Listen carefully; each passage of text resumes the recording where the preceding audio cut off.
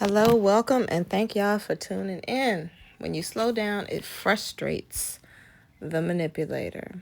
It pisses them off. What is manipulation? Manipulation is influence, control, deceit. People try to deceive you all to get a desired outcome. It is emotional or psychological control that alters one's thoughts, behaviors, or decision. So, in layman terms, a manipulator is a person that wants to run you. They want to be in charge of you. They want to sun you and play you like a puppet on a string.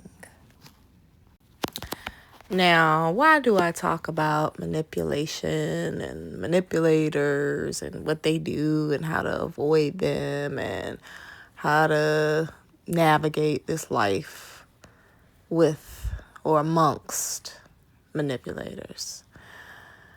I talk about this because I know firsthand that people can come into your life and wreak havoc. They can wreck it.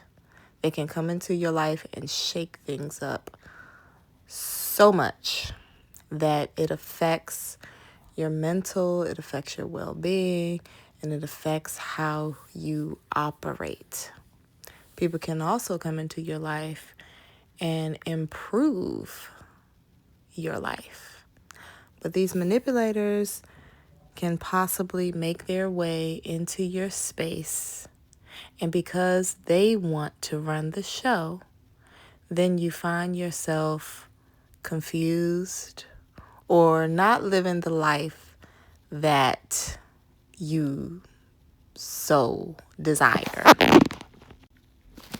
Do I currently have any manipulators in my life? I would say no. I know some manipulators, but I handle them with a long-handed spoon. They can't get close to me. They'll never be considered my core friends or family because I've clocked that they have a manipulating spirit. And I don't like that near me because I like to be in control of me, which is another reason why I don't regularly find myself on any type of substance. I like to be in control of me at all times. I like to be fully aware of what's going on. And manipulators are tricksters. They trick you because they try to appear nice or appear loving or appear like they're not trying to play you or play in your face when that is exactly what they're doing.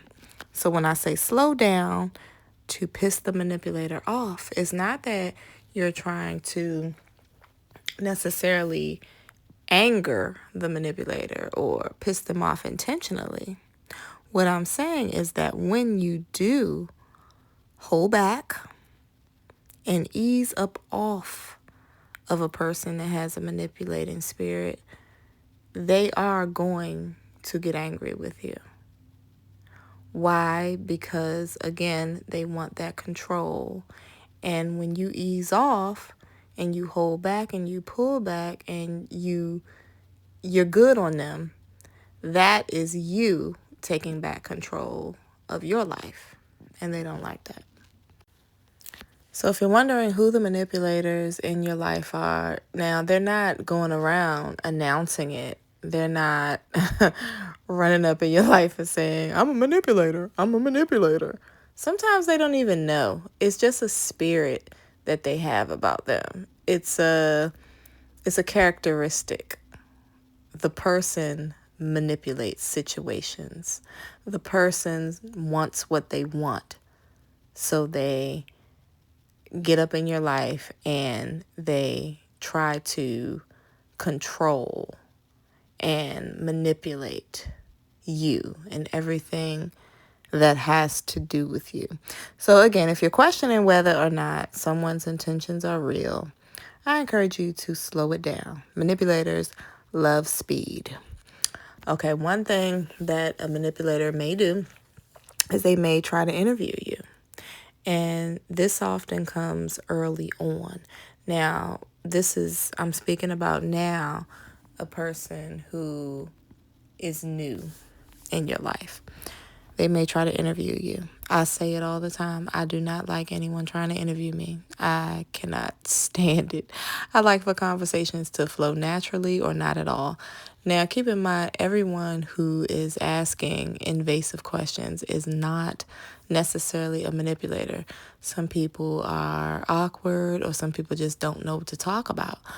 And they say anything, just, off the top of their head. But it's your job to pause if you don't want to answer a specific question, or if you don't feel comfortable asking a specific question, or sometimes hopefully they read your social cues and see that you're uncomfortable and they back off. Now, a manipulator per se is a person who will get angry when you withhold information. So their red flag is they're going to get pissed off when they're trying to interview you and you're not answering those questions, or you start to push back. It's going to piss them off. Secondly, a manipulator will often tell you a big truth, which is really a big lie, in order to get you spilling your guts. So they may tell you something that you view as personal, and you're thinking to yourself either, wow, they really trust me with that, or you're thinking, dang, why they tell me all that? Either way, sometimes it's fabricated or it's just a flat out lie. And it's an extreme. And they do that. They tell you that lie to gain your trust. Because, see, then maybe you'll tell them one of your secrets. It's an exchange. So they'll try to exchange something for you. Now, a genuine person may exchange things with you that are truthful. But again, if this is in the beginning and you don't know this person and they're telling you this, it could be very awkward. Trust that feeling. Trust your discernment. Trust that feeling of awkwardness. If it feels awkward, it is awkward. Oftentimes, I notice that a manipulator who I've met early on, will tell me a big lie that seems like a truth. And I'm thinking to myself, oh my goodness, why is she telling me all of this? Only to find out later that it was a lie. Okay?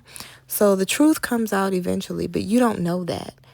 And before you find out whether it's the truth or not, please don't go running your mouth about all of your secrets, because, see, the manipulator will use that to their advantage. Their MO is to know more about you so that they can gain control. Okay, next up is, and I already said this, they get mad or irritated when you hold back.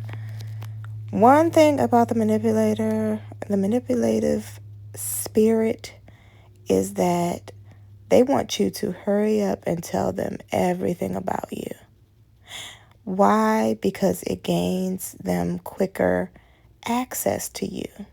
If they don't know anything, they can't use anything against you, and they can't lie, basically. Because sometimes, let's be straight up, people want to know more about you so that they can fake to be someone that they're not. When you talk too much in the beginning and you meet a manipulator, they're using those things, everything that you tell them. For example, if you tell them, I don't like red. Let's just say, and it's something random. I don't like red. Oh, yeah. They'll say, oh, yeah, I don't like red either. Yeah, I hate that color. And they'll make it a point not to wear any red around you, when unbeknownst to you, all this sporting is red. Okay, but they'll never do it around you because you've already expressed that you hate the color red. And if they're trying to get in control of you, they know how to press your buttons. They know what works and what doesn't work. So that's just like a vague example. Also, manipulators often hate silence. and they want to stay updated about your life. They want you to hip them to every single thing that's going on early on. They want the tea early on. And will get mad if you don't share it with them. Now, the key thing that I keep saying here is that they get mad.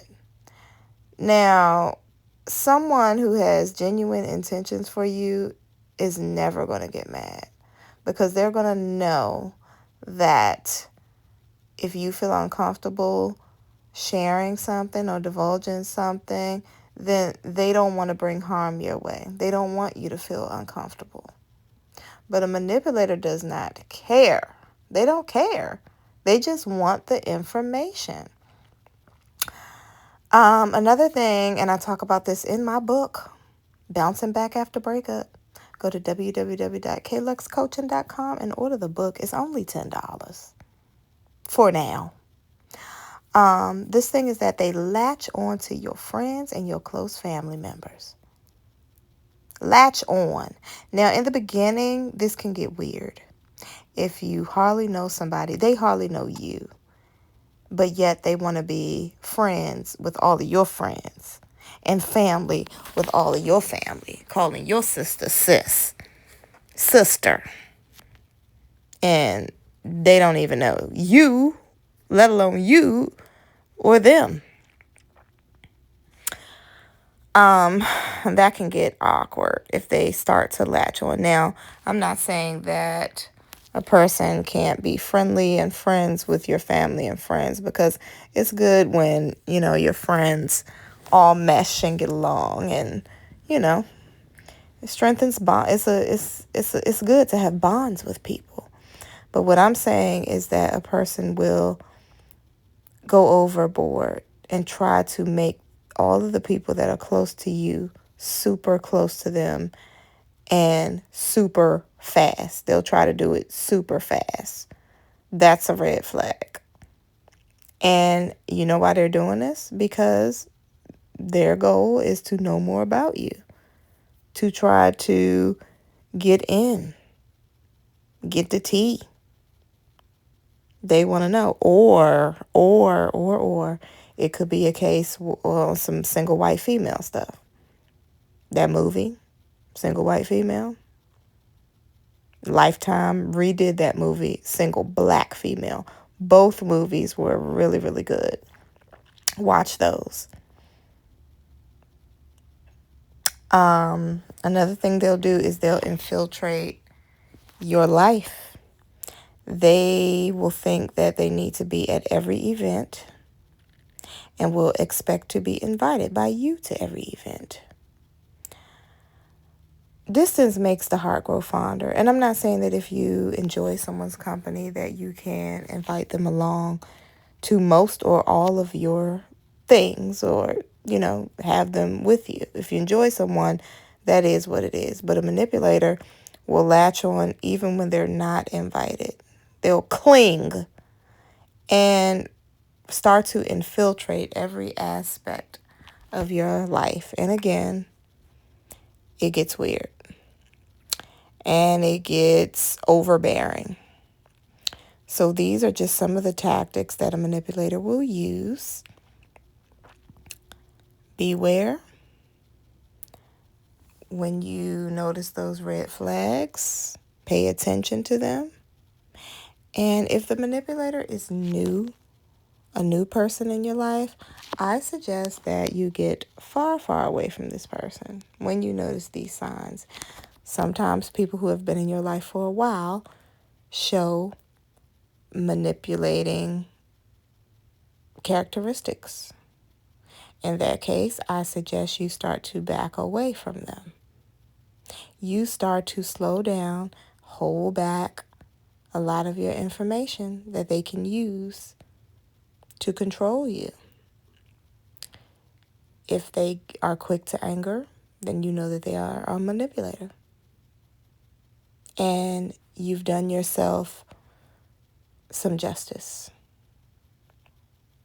Hope this helps. Y'all be safe.